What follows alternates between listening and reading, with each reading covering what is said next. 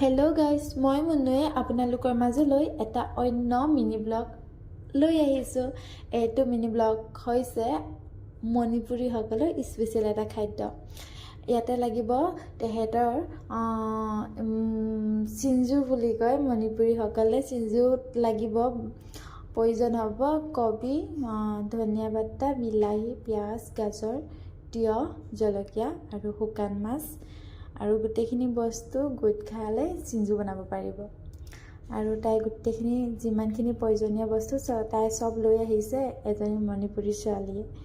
আৰু সময় সুবিধা মিলাই আমি সকলো তাইক ছাপোৰ্ট কৰিবৰ কাৰণে আহি গ'লোঁ। আৰু সময় সুবিধাৰ কাৰণে বেছি লেজি কৰা নাইকিয়া, সেইকাৰণে স্পীড কৰিছে কামবোৰ। সেইবাবে অলপ ডাঙৰ হৈ গ'ল চব্জিখিনি।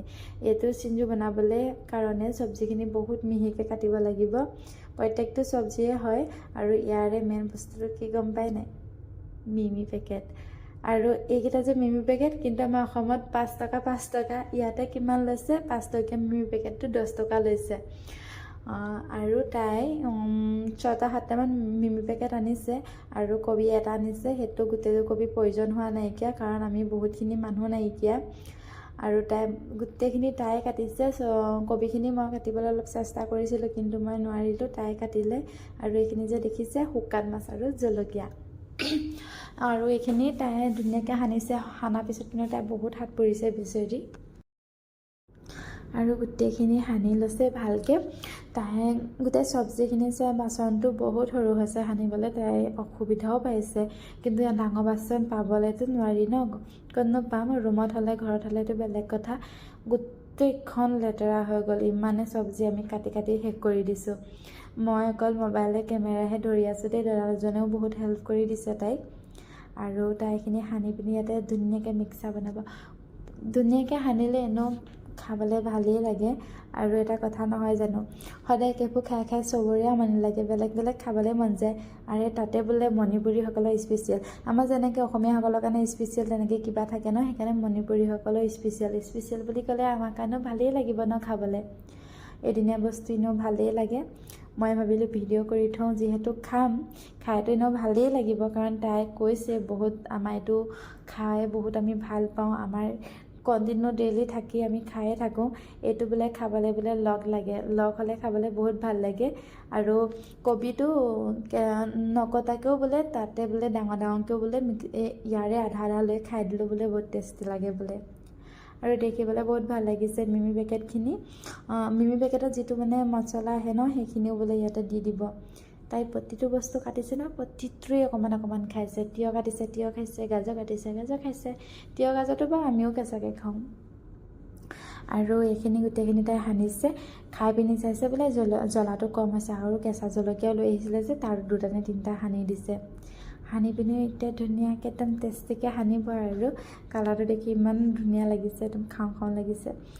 তাৰপিছতে গোটেইখিনি সানি পিনি কাৰোবাৰ চাগে মনত পৰিছে বেলেগৰ লগত আৰু টেষ্টি হ'ব বুলি। কি ক'ব বিচাৰিছে গম পাইছেই নহয়। বেচেৰীজনী সানি পাগল হৈ গৈছেগৈ, ঘামি গৈছেগৈ। তাইও ইমান লৰালৰি কৰিব লগা হৈছে। আৰু তাই সানি দিছে। দাদা এজনে আকৌ অলপ ডাঙৰ থাল এখন বিচাৰি আনি দিলে, সেইখনতে তাই ধুনীয়াকৈ সানিব। আৰু তাৰপিছতে এজন দাদাই মিমি পেকেটখিনি পেকেটতে ভাঙি দিছে। মিমি পেকেটখিনি ভাঙি দিব লাগিব, সেইকাৰণে ভাঙি দিছে। দুইজনে বহুত সহায় কৰিছে, কাৰণ নতুন ৰেচিপি খাবলৈ পাবতো, নতুন খাদ্য খাবলৈ পাম বুলি ভাবি একদম পূৰা সহযোগ কৰিছে। তাই গোটেইখিনি সানিছে, ভালকৈ সানিছে। নিমখ চব টেষ্ট কৰিছে, অলপ খাই আছে আকৌ দেই তাই। আৰু বেলেগৰ জোঠা বেলেগে নাখাব পাৰে, কিন্তু আমি ইয়াতে সেইবোৰ নাই। আৰু চবৰ জোঠা চবেই খাই দিওঁ। মিমিখিনি ইয়াতে বাকি দিলে। আৰু এতিয়া মিক্সাৰ কৰিব। মিক্সাৰ মানে সানি একদম টেষ্টি কৰি দিব। এয়া সানি আছে আমাৰ দাদাজনে। তাতে মছলাখিনি বাকিবলৈ চেষ্টা কৰি আছে চব্জিখিনিত। ইয়াতে দি দিব চব্জিখিনি। কি বুলি ক'ম মানে বুজিয়ে পোৱা নাইকিয়া মই মিক্সাৰখিনিত। দাদাই মছলাখিনি বাকি দি আছে। মছলাখিনি আৰু তাতে থকা ঘিউখিনি দি দিব।